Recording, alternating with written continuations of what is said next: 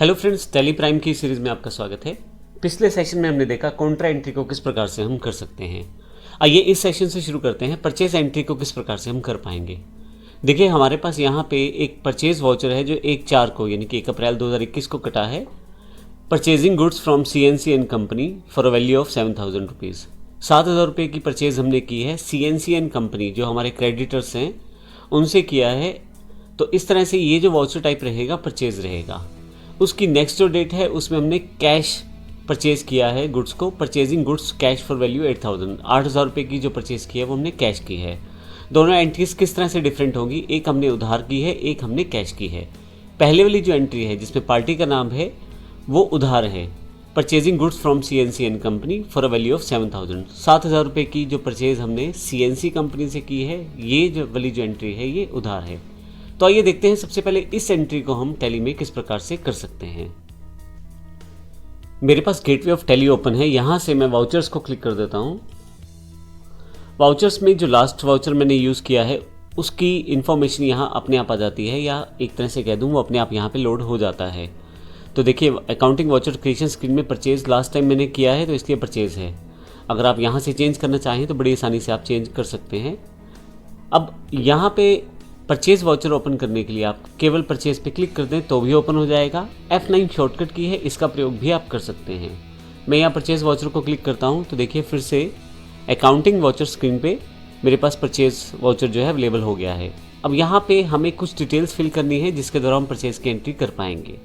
तो हमने देखा था कि जो हमारी पहली एंट्री है वो उधार की एंट्री है जिसमें CNC एंड कंपनी से हमने 7,000 रुपये की गुड्स खरीदी हैं।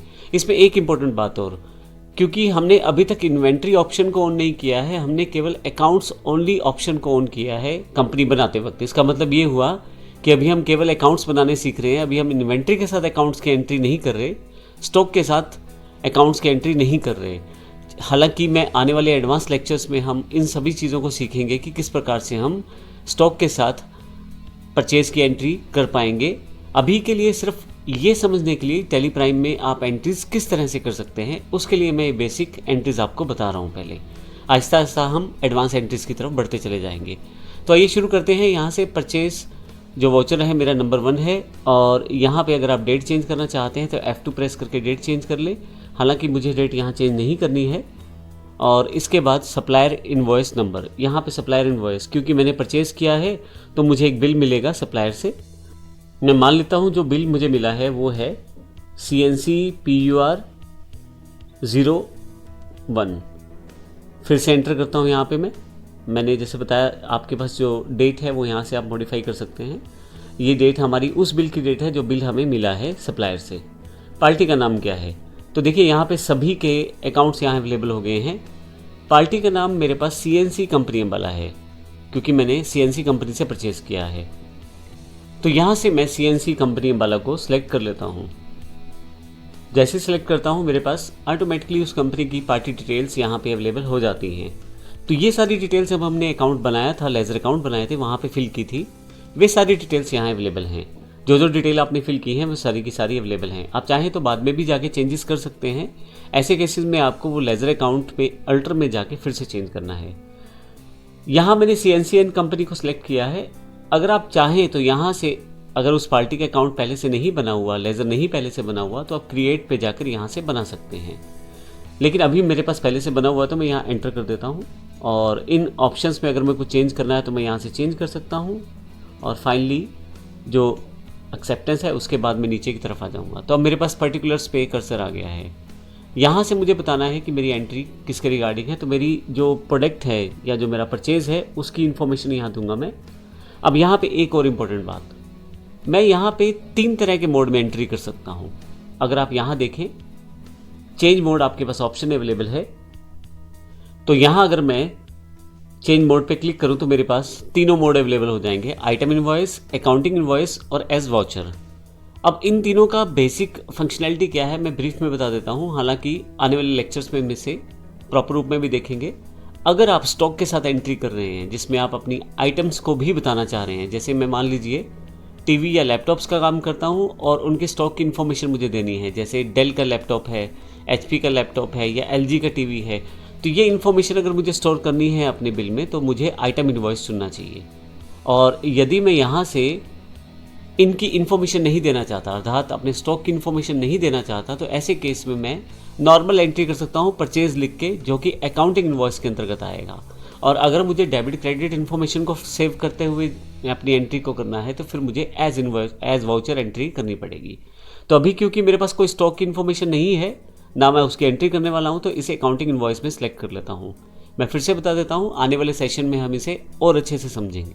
एक साथ सारी इन्फॉर्मेशन देना मुश्किल हो जाता है टैली में, काफ़ी सारे ऑप्शन साथ साथ आते रहते हैं। तो हम लोग उन इन्फॉर्मेशन को जिनके लिए बाद में लेक्चर है, उनके लिए हम लोग ब्रीफ इन्फॉर्मेशन यहाँ पे दे रहे हैं और कंप्लीट इन्फॉर्मेशन अगले लेक्चर्स में। तो आइए देखते हैं। अब यहाँ अकाउंटिंग इनवॉइस को क्लिक कर लेता हूँ। अब यहाँ अकाउंटिंग इनवॉइस पे मुझे एंट्री करना है, लेकिन इससे पहले मैं ये बता दूँ कि चेंज मोड के लिए आप क्लिक भी कर सकते हैं, और इसके अलावा कंट्रोल के साथ अगर आप ऐसे दबाएं तो आपके पास यहाँ पे फिर से वही तीनों ऑप्शन अवेलेबल हो जाएंगे। मैं यहाँ स्केप करके वापस आ जाता हूँ, क्योंकि मैंने पहले से यहाँ पे अकाउंटिंग इनवॉइस सेलेक्ट कर लिया है। पर्टिकुलर्स में मुझे गुड्स की इन्फॉर्मेशन देनी है या उस अकाउंट की इन्फॉर्मेशन देनी है जिसमें मुझे परचेज़ की एंट्री करनी है। तो मेरे पास पहले से ही एक लोकल परचेज़ के नाम से अकाउंट है, तो मैं इसको सिलेक्ट कर लेता हूँ। और यहाँ पे कितने अमाउंट का परचेज़ करना है उसकी इन्फॉर्मेशन आप देंगे। हम यहाँ पे 7,000 रुपये की एंट्री करने वाले हैं, तो 7,000 रुपये मैं एंटर कर देता हूँ। और अगर इसके अलावा अगर आपको एक ही बिल पे एक से ज़्यादा परचेज करनी है तो वो भी यहाँ मेंशन कर सकते हैं, हालांकि आने वाले लेक्चर्स उसे भी देखेंगे। अभी हमने केवल एक बिल को यहाँ मैनेज किया है, जो CNC कंपनी के द्वारा हमने परचेज़ किया है, जो कि लोकल परचेज है। यहाँ पे मैं एंटर कर देता हूँ और फिर से यहाँ देखें, फाइनल जो टोटल अमाउंट है यहाँ पे आ गया है। फिर से नरेशन अगर आप देना चाहें, जो भी नरेशन आप यहाँ पे दे सकते हैं। फाइनली एक्सेप्ट करते ही मेरे पास ये एंट्री हो जाएगी। तो फाइनली मेरे पास ये एंट्री हो गई है। तो इस तरह से मैं अपनी परचेज़ की एंट्री को रिकॉर्ड कर सकता हूँ।